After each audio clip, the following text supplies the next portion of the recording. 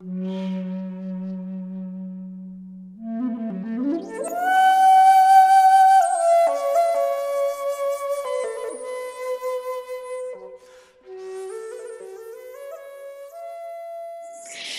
hello and welcome to this week's Evolutionaries Discuss session, where we are talking about Christ consciousness.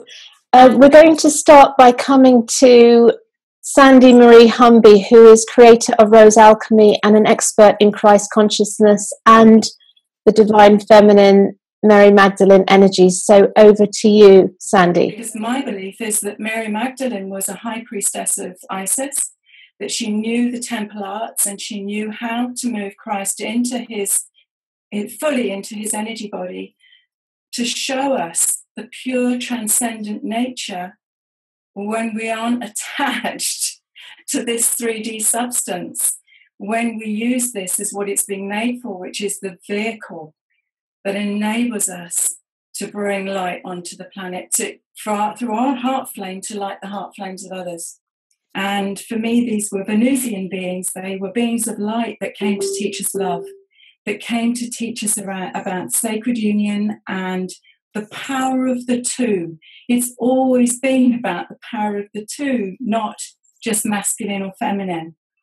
So when we look at this polarized journey that we've been on, particularly for the last 2,000 years, there has been a temptation for that really to the pendulum to really want to swing out the other way.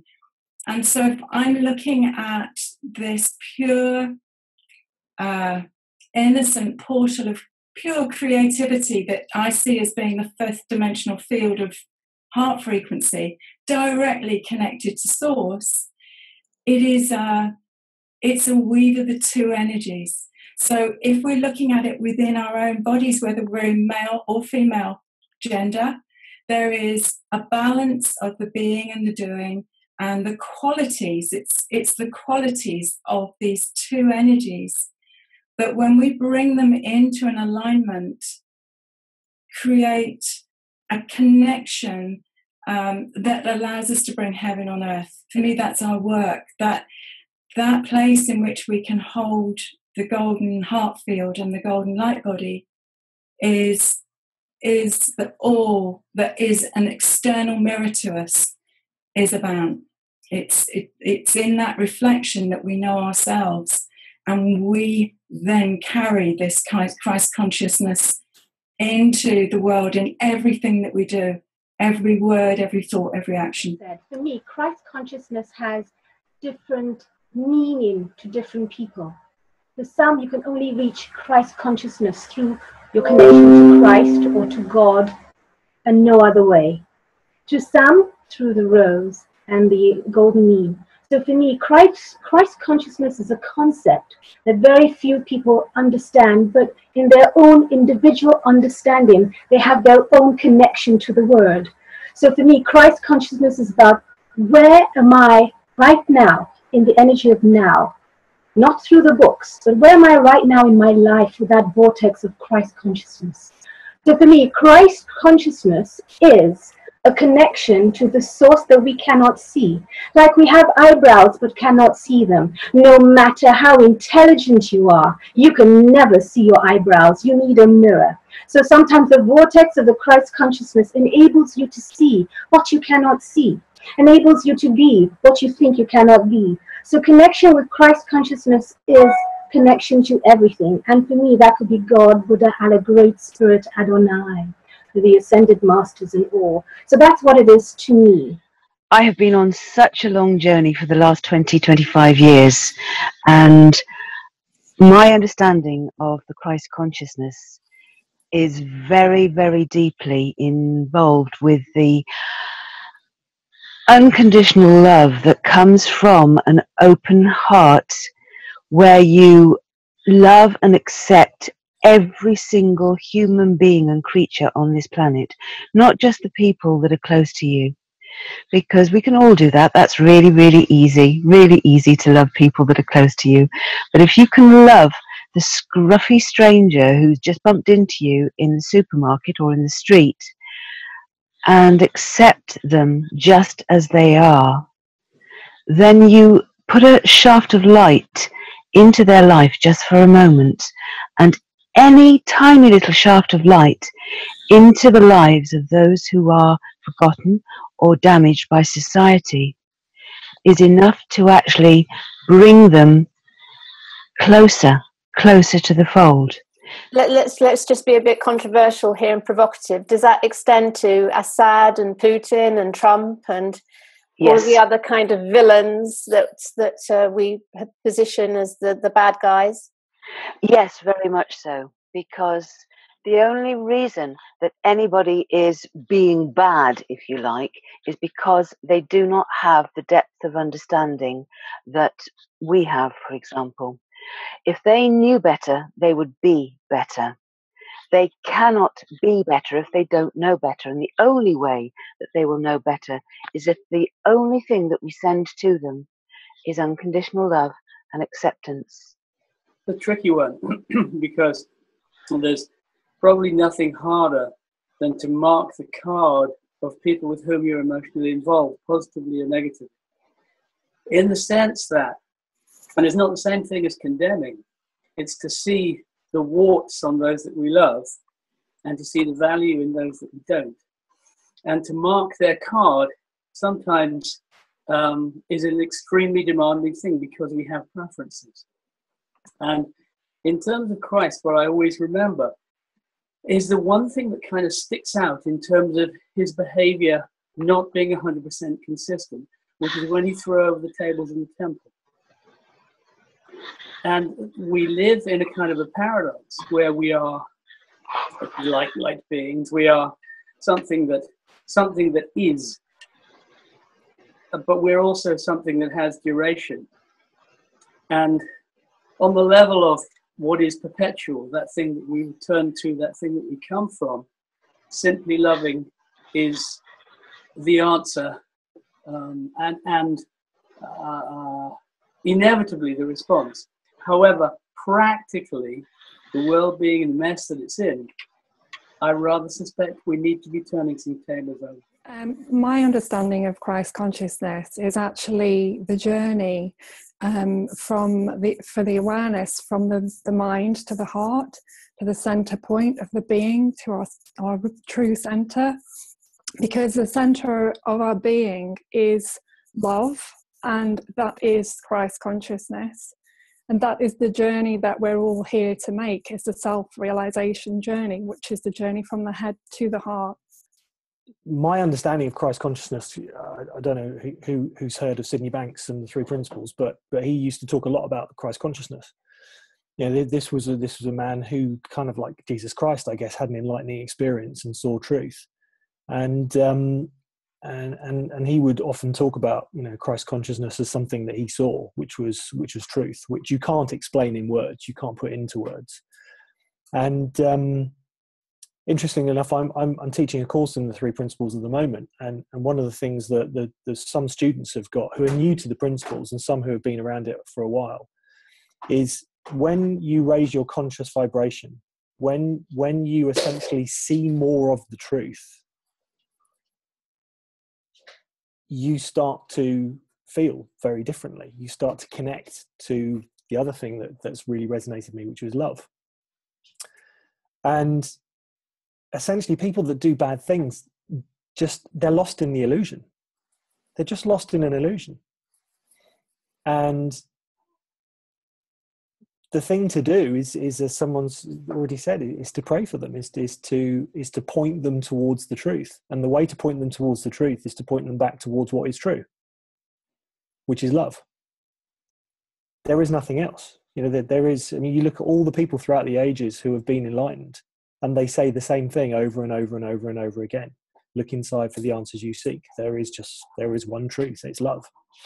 This is actually comes back to what I think Beverley talked about this idea that the challenge of these times, the next stage of evolution, is to bring heaven to earth, rather than having to ascend as Christ did to get to heaven.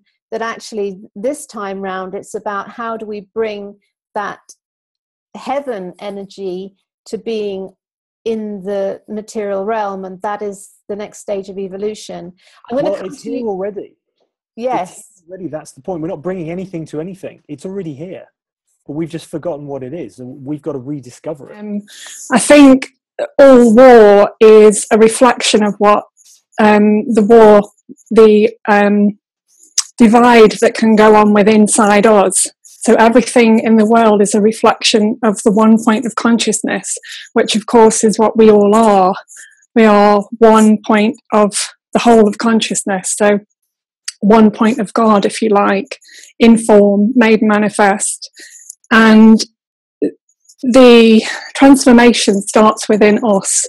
If we can focus on ourselves and find peace in ourselves and connect with that love that we are within ourselves, then we become that, and we can share that then with everyone around us, because we emanate that. And in actual fact, there's nothing to do, and all the problems that are going on in the world have always been going on. There has never been a point when they haven't been going on. And I think, yes, this is part of the illusion, and it's all part of the realization that there's nothing that we can do to stop all of that. Everybody is having their own experience and needs to have their own experience. And that might be war, that might be poverty, that might be deep suffering. But through that deep suffering, there's also a huge opportunity, which I myself experienced through my own suffering, and that is to realize the truth of who you are.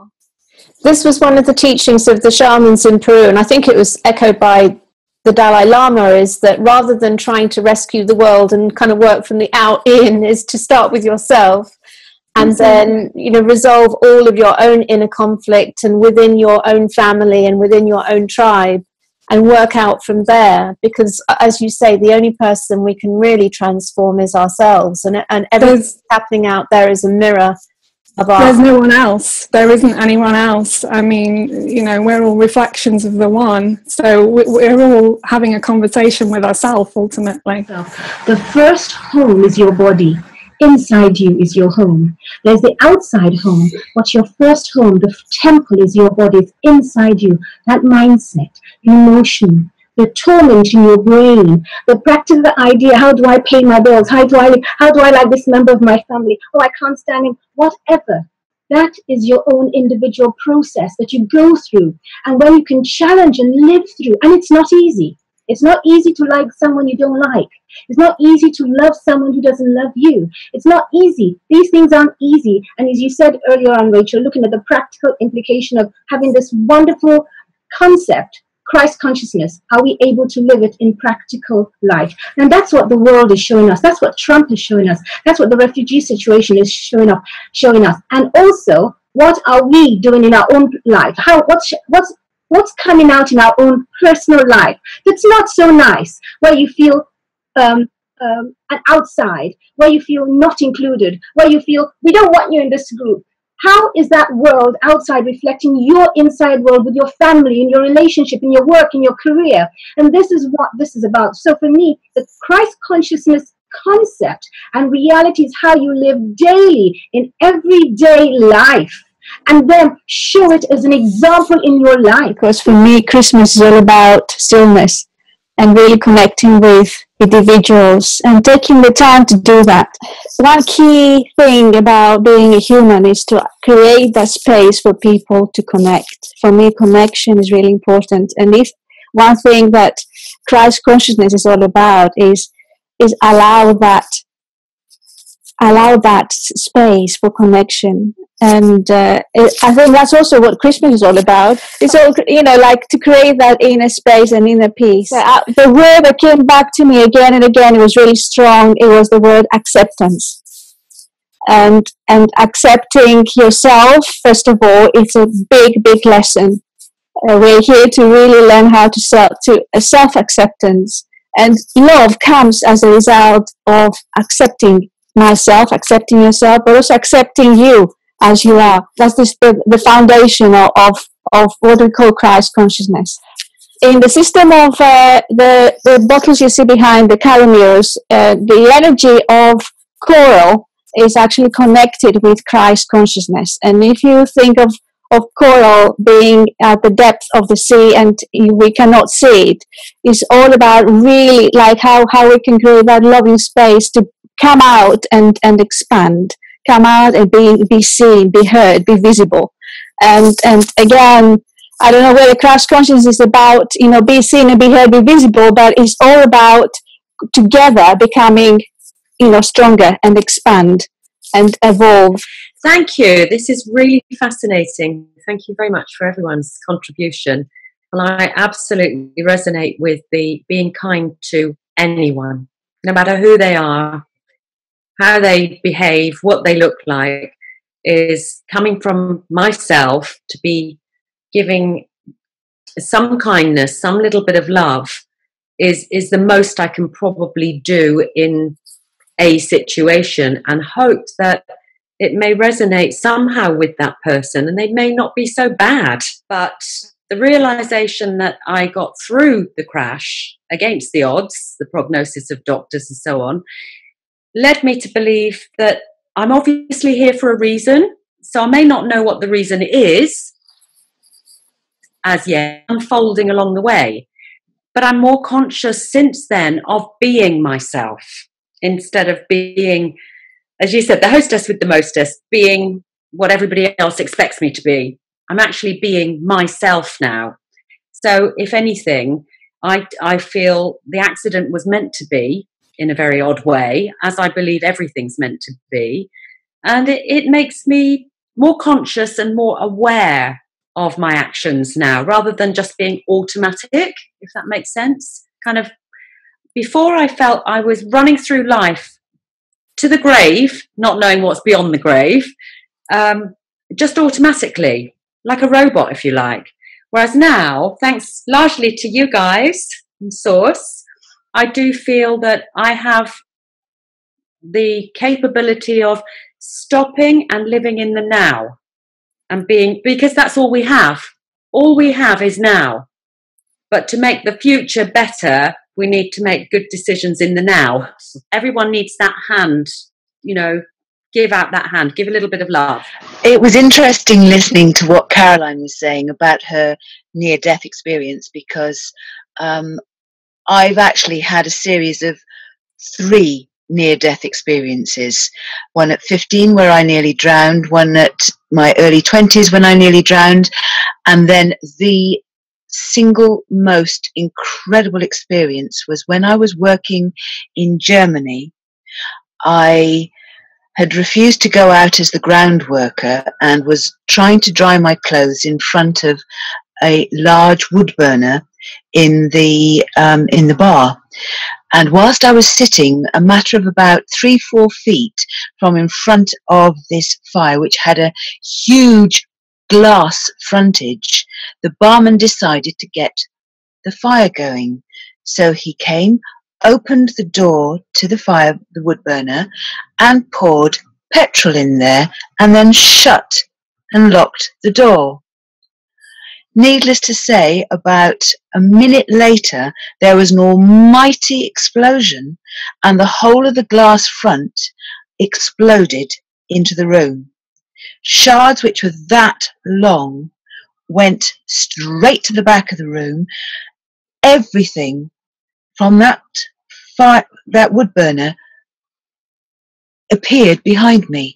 Not a single one touched me. There is no shadow of a doubt that I should have died. No explanation other than I had a protective layer around me, and I knew from that moment that I had not been protected because I'm particularly special, but I had been protected because I have a very, very important job to do, and that is to just be me, fully me, wherever I am, all the time, full of love and acceptance. And I talk to everybody, absolutely everybody. It doesn't matter where I am. I talk to people in queues. I talk to people on the side of the road. I talk to people, everybody. And I come from a loving, warm heart. That's what makes all the difference in my life, and I know that my purpose is to spread transformation through validation. That's what I do. Living involves paradox. It involves being physical, it involves not being physical. And a lot of what I've heard today is very interesting, very touching, very warm. I'm struck by the warmth. And I think that warmth is essentially what matters. However, there is a real world to live in. And that world is evidently not being changed at the rate that I would prefer. Now, I know that everything is fine just as it is on a certain level. It also isn't fine just as it is on a certain level.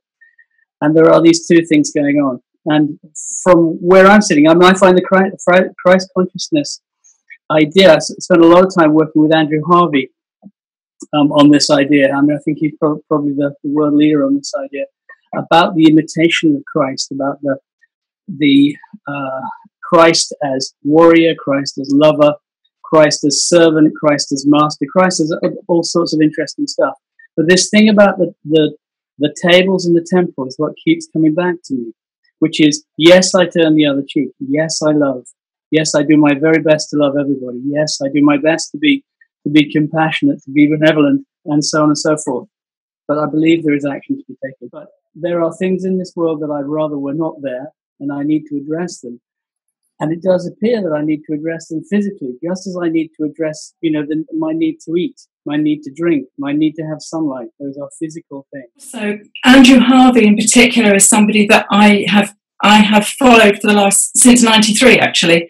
I've always been really, really interested in his work, and his work is around sacred activism.